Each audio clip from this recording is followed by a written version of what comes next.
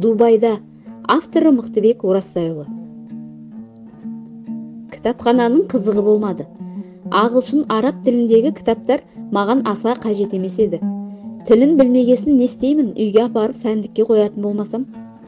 Google аудармамен сауда жасаған қызық екен. Алатыныңды қазақ тілінде жазасында аударылған сөзді сатушыға оқыта қоясың. Ол да мен құсап аударманы қолданып бағасын айтады. Саудаласып баға түсіру деген атымен жоқ. Көрсетілген соманы төлейсің. Таксистермен де солай қарым-қатынас жасайсың. Өркениет заманында тіл білудің де қажеті шамалы ма деп қоям. Дубайда болған 5 тәулікте өз кварталымнан ұзай қоймадым. Адасып кетуден қорыққаным жоқ. Алайда мынадай ғимараттардан басқа не қызық бар дейсің? Және аралай бергенде мүйіз де шықпайды ғой. Оның үстіне апарған ақшамды үнемдегім келді. Қымбатшылықтың көкесі осында. Қымбат деген астанамыз бұл жақта ойнамай қалады. Әсіресе тамақ жағы удай. Бұл жақ ұйықтап жатып $500, ояна сала $500 табатын адамдарға арналған мекен сияқты. Қызмет көрсету орталықтарының бәрі халықтың игілігі үшін салынса, мұрнымды кесіп берейін.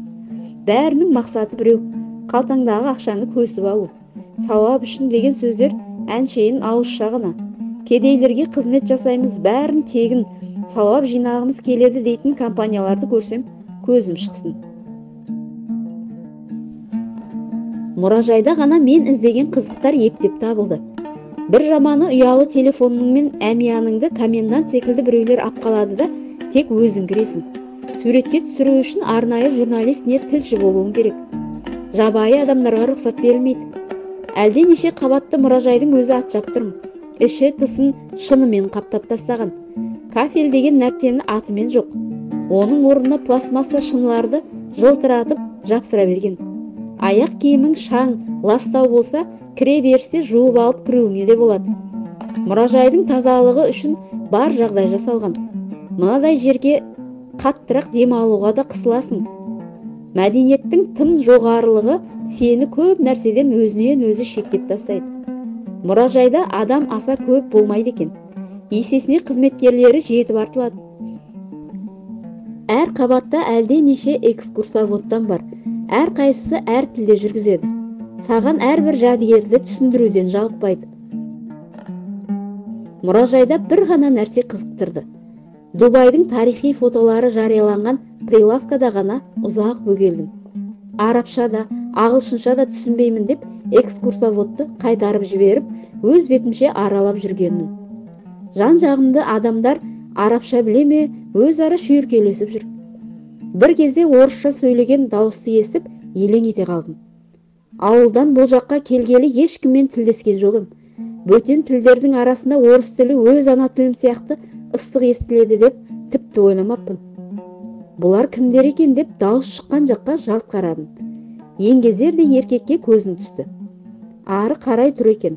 Қазақ па, орыс па, жүзіне қарамасаң қалай білесің? Бір кезде еңгезердей еркек ар жағында тұрған әлде біреуге жол берді. Ол әлде біреудің кім екенін білгенімде тіпті аузым ашылды. Нұрсұлтан Назарбаев. Айдаладағы Дубайда байырғы президентті кездестірем деп те күтпепем. Әйтпесе осында екенін әлде бір дереккөздерден оқып қалғаным бар еді. Бірақ тап мен жүрген мұражайды ол да аралап жүреді дегенді біреуден естісем, еш сенбесем. Нұрсұлтан ақырындап бері бұрылып, келесі жәдігерге жақындай берді. Еріксіз ысырылып жол бердім. Осы кезде ғана жүзіне анықтап көз талдым. Теледидар жасартып көрсете береді екен. Мұнтаздай боп қырынған демесең, қартайып кеткен. Ұрты салбыраңқы, бет терісі тым тозыңқы, еңсесі салбыраңқы, көзінен от шашып тұрған жоқ. Мына дүниенің бар қызығын сарқып, бәріне тойынған, әлде бәрінен безінген, асарын асап жасарын жасап қойған адамның көз қарасы сияқтанады. Селдіреп қалған шашы көкшілдеу сияқты ма, әлде түтін түстес сұрқай ма, мен сипаттай алмайтын түс. Мынау Назарбаевтың өзі емес, әлде бір елесі сияқтанды. Осы кезде маған көз түсті. Ассалаумағалейкум деп амандастым. Қолымды созу-созбаудың ретін таппай қалдым. Уағалейкум ассалам деп естілер-естілмес сөйледі де өте берді. Назарбаев енді іркілмеді. Тоқтамастан ақырындап жүріп отырды да келесі қабатқа шығатын эскалаторға қарай беттеді. Мына ахуалы әруаққа айналудың азақ алдындағы адамға келіңкірейді. Мен жаққа қайта бұрылып қараған жоқ. Осы кезде ғана қайда тұрғаным есіме түсті. Неге екенін бағанадан бері беріліп тамашалап тұрған Дубайдың тарихи фотоларында да мән қалмаған сияқты. Бұрынғы патшаны аяқ асты жолықтырудың әсері тарихи фотоларға деген қызығушылықты жеңіп, тұқыртып кеткен сықылданды. Бар ойым әлгі қаусап қалған бұрынғы патша жайлы сапырылысып жатыр. Мұражайдан не іздеп жүр, әлде өзі жайлы тарихи бірдеңе іздеп жүрмекен деймін. 2022 жылы Қазақстанда кішігірім төңкеріс болды да, елді Тоқаев арқылы басқарып отырған Назарбаев биліктен бір жолы айырылды. Теледидардан мәлімдеме жасаған хабар шықты. Бірақ ол оннан мұннан құрастырылған құрақ көрпе сияқты өтірік видео екенін екінің бірі аңғарып қойды. Бұл жарықтық Дубайда жүр екен, ешқандай Астанада емес. Мына халіне қарағанда қайтадан ел басқармақ түгілі өз басымен, денсаулығымен қайғы боп кететін адамға ұқсайды. Мұражайдан сыртқа беттемек болдым. Енді бұл жерді аралауда мағына қалған жоқ. Лажы болса елге қайтатын әрекет жасағым келді. Шынымды айтайын, Дубай түкте ұнаған жоқ. Одан да өзіміздің Бурабай, Алакөл, Алмарасан жақ әлде қайда дұрыс еді. 60-70 қабатты үйлерді тамашалау үшін ғана келетін болмасаң, қалғаны босқа ақша құрту. Ақша құрту арқылы халыққа пайдасы шамалы туристік агенттіктерді байытуға өз үлесімді қосу екенін аңдадым. Өзіміздің Қазақстанда ондай заманауи әдеміліктер аз шығар, есесіне тірі табиғатқа жетері жоқ қой. Номерімде жатып тұяқ серіппей ұйқыға кеттім. Қаланы жаяу аралаудан шаршаған сияқтымын. Түсімде Назарбаев пен мұражайдың қақ ортасында үстелде сөйлесіп отыр екенмін. Сіз басқарған уақытта Қазақстанды жемқорлық жайлап кетті, деп жатырмын. Кім жемқор?